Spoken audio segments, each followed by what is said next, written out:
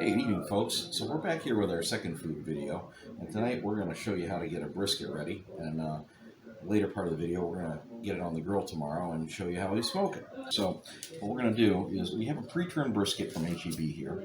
It's about 6.5 pounds.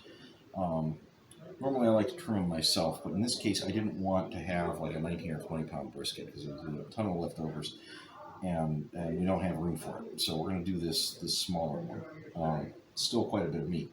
Now, first thing we're going to do is get some seasoning on it, and unlike the ribs where we did it all with individual seasonings, this one we're going to do with some pre-made ones. So we're going to get a little oil on there first, and we're doing it right in the styrofoam here in order just not to dirty up yet another cutting board, because we've already had a lot of dirty cutting boards today and I'm tired of washing them. So get it nice and oiled up there. We're going to use some Texas Roundup brisket rub from Buc-ee's. Now, Buc-ee's is a gigantic gas station chain. Yes, a gas station here in Texas. If you've never experienced it, you need to. It's up pretty much from San Antonio north and east. They're all over the place. And there's a Walmart-sized gas station. They sell lots of interesting things there that you wouldn't expect to find. One of them is barbecue seasoning. So we're going to try this one. And when you're using these pre-seasoned things, you don't usually need to worry too much about getting salt and pepper on there, because they almost always have it in them. Get that on there, nice coating of it. And then we're going to add some of this Killer Hogs AP seasoning. It's not wanting to cooperate with me. Come on, Bubba. There we go. Okay. We're going to add a little of that. Okay, and then we're just going to get it rubbed into the meat. Get down on the sides. Now we have this this crevice here where they removed probably a lot of fat at the store. Briskets will have a big section of hard fat in them, and that people usually remove. It's not soft fat like you're used to on steak. It's very hard, almost like wax in consistency. And actually, there is still some there. They probably couldn't get down in there far enough, but that's fine. They cut out the majority of them. Get that in there. Okay, and then we're going to get over, and this is the fat side. Okay, and they trimmed off most of the fat, but there still is this nice layer here. And we're going to get our oil again. Okay, put that on there. This gets our hands nice and messy too. It's lots of fun. It's like making a mud pie. Shake some on. Even though this is the fat side, we're still going to make sure we season it. Okay, get it in there.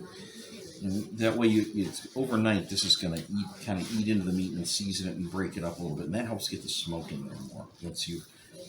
The salt is very corrosive and kind of breaks things apart and opens them up. And that is part of what, when it's on the surface layer of the meat, as it breaks into the meat, it helps the smoke flavor be in there.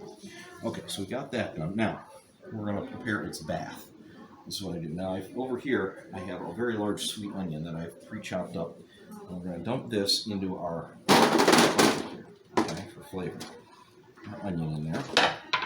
You don't have to chop it into tiny pieces. You just want it to be nice and loose.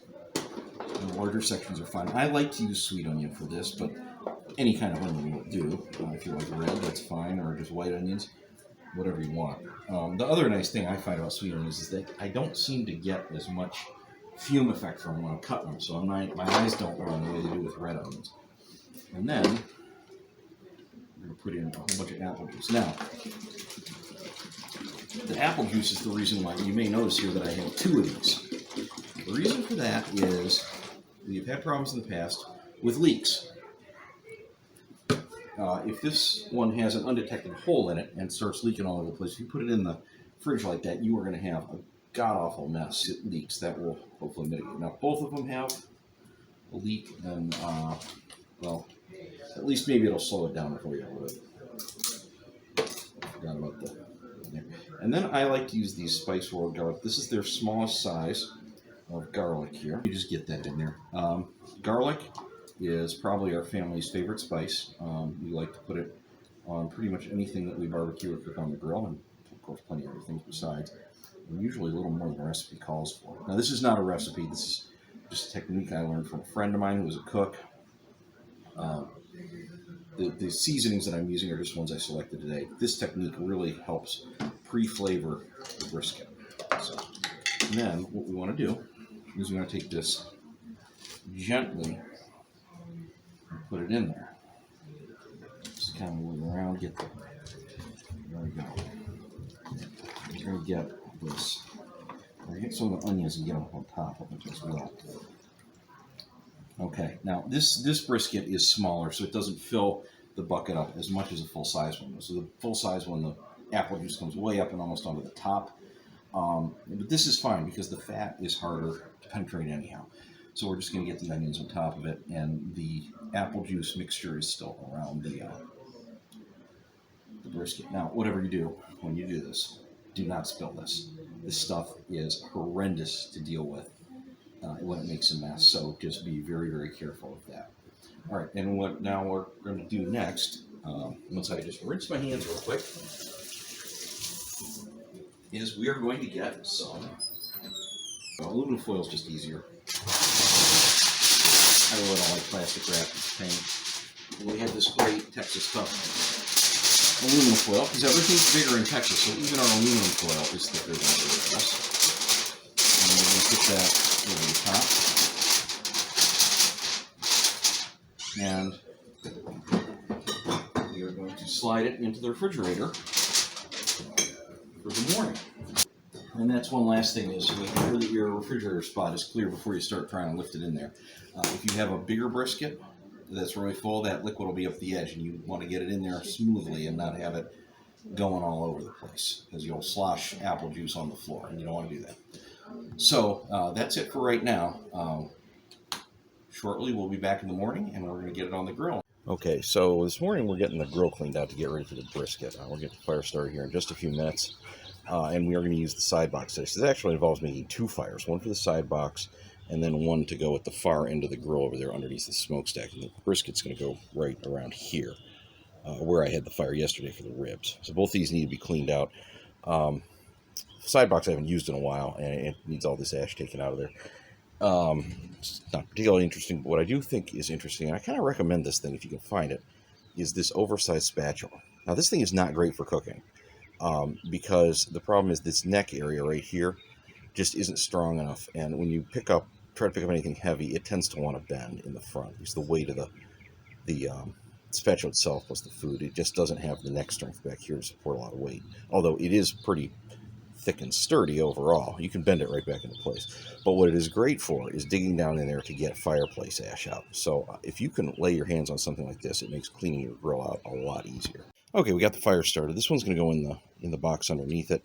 When we aren't going to start the other fire right away, partly because I only have one chimney anyhow, but also because what I'm going to do is get this one in, stoke it, and it's going to go probably an hour and a half to 2 hours, and then I'll start the other one, and that will allow us to bring our temperature up slowly for the meat.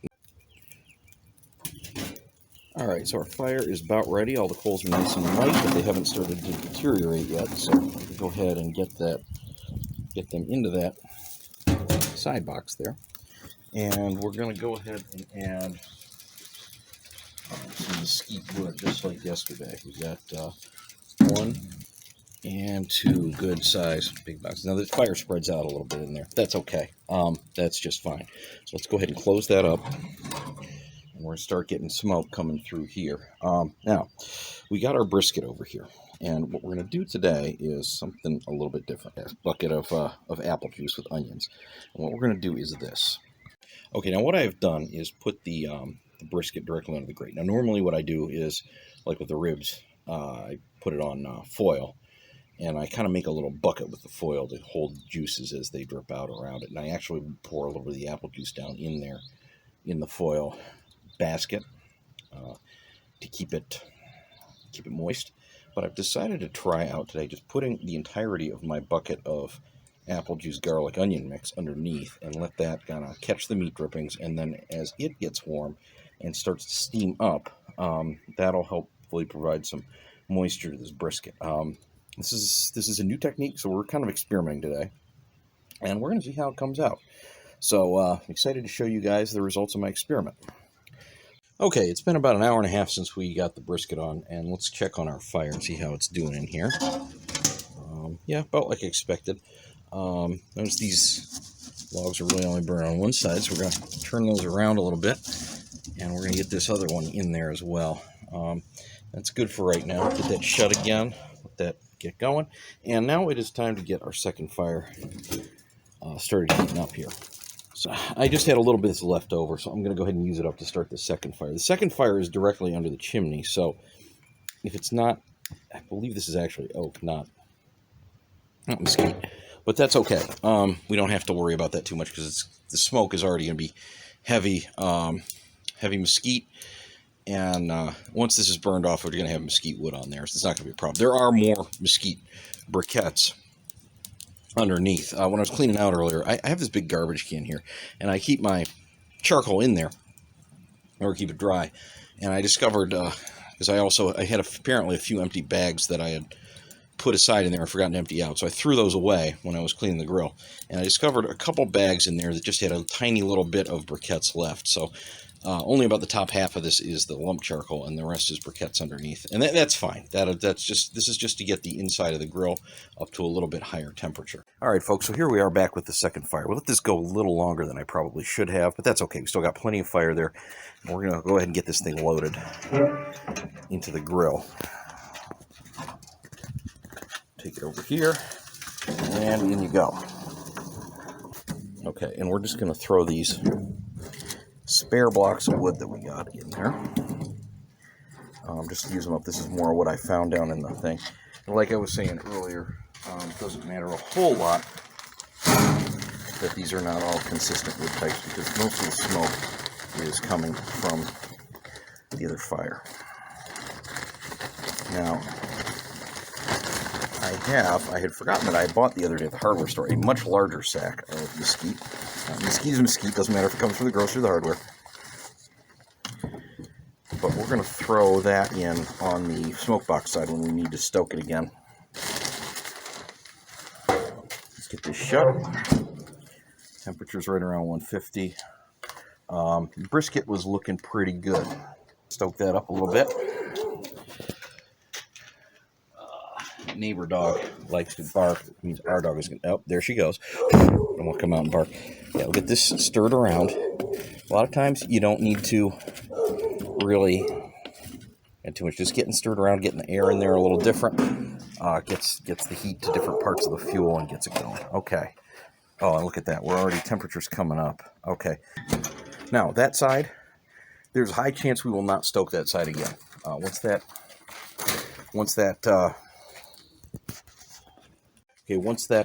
inside fire goes down, there's a very good chance we will not be stoking that again, because we'll have the meat up at pretty good temperature, and we're just going to continue to let the low and slow smoke continue to cook it.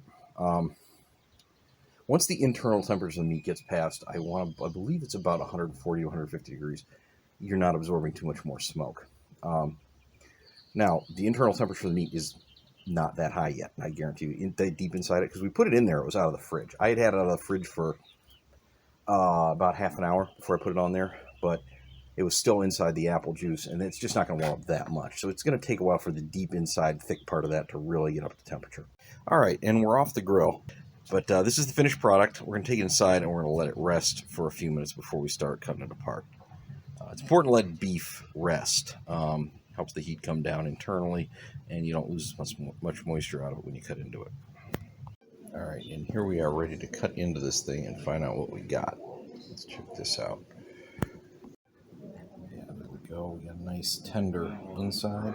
I'm going to chop this thing the rest of the way up here, and we'll take a look at the final slicing in just a second. Now, notice as we're slicing this up, that darker ring there around the edge, that's the smoke ring. That's where the smoke penetrated in and darkened the meat up with flavor. That's a pretty thick one as they go, so we did all right with that. And here is our final product, all sliced up. We've got pieces of different sizes. Now, the brisket was much thicker at this end than it was at this end, so you get different slicing. And also, when you're slicing the thick end, that gets a little tricky towards the end. You're going to get it broken up into different sized pieces, because when it gets very narrow but still tall, it doesn't want to stand upright, so you have to kind of vary your cutting technique up.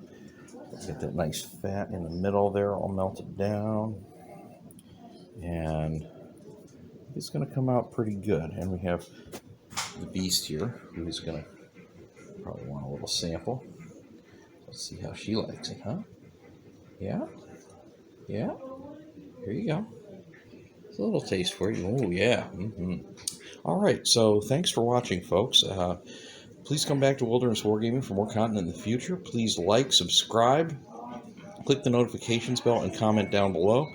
I hope to see you back again for more great content in the future.